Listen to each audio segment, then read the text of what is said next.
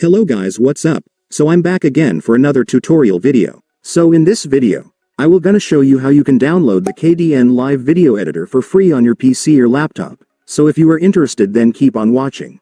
But before all that, if you are new to my channel, consider to like and subscribe for more videos like this, and also, you can comment down below if you have something that you want me to make a tutorial about. So without further ado, let's start the tutorial.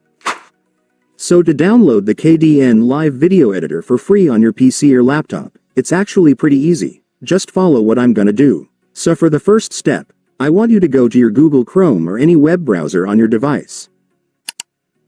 And once you're on your web browser, next, you will need to go to the official website of KDENLive, since that's where we will download the app. So just search this on your search bar.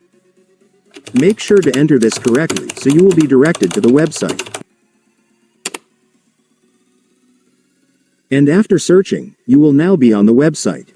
So to download the KDENLive app on this website, it's so simple, since if you will take a look, you will now be able to see the download options right here. So just select a download button depending on your device. In my case, I'm using a Windows laptop, so this is what I will select. And then the app installer will now start downloading. Just wait for it to finish. And once it's finished, you can now click the file to start installing the app. And then you will now begin the installation setup. So here, you just need to click the next button repeatedly. And once you're on this page, you can now click the install button. And then the app will now start installing. Just wait for it to finish.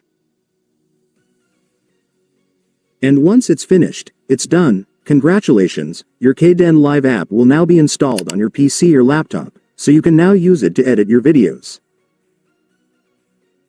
And so that's just how you do it, guys. Now that you've watched this video, you can now do it yourself. So that concludes our tutorial video for today. I hope it helped you. Thanks for watching. Goodbye.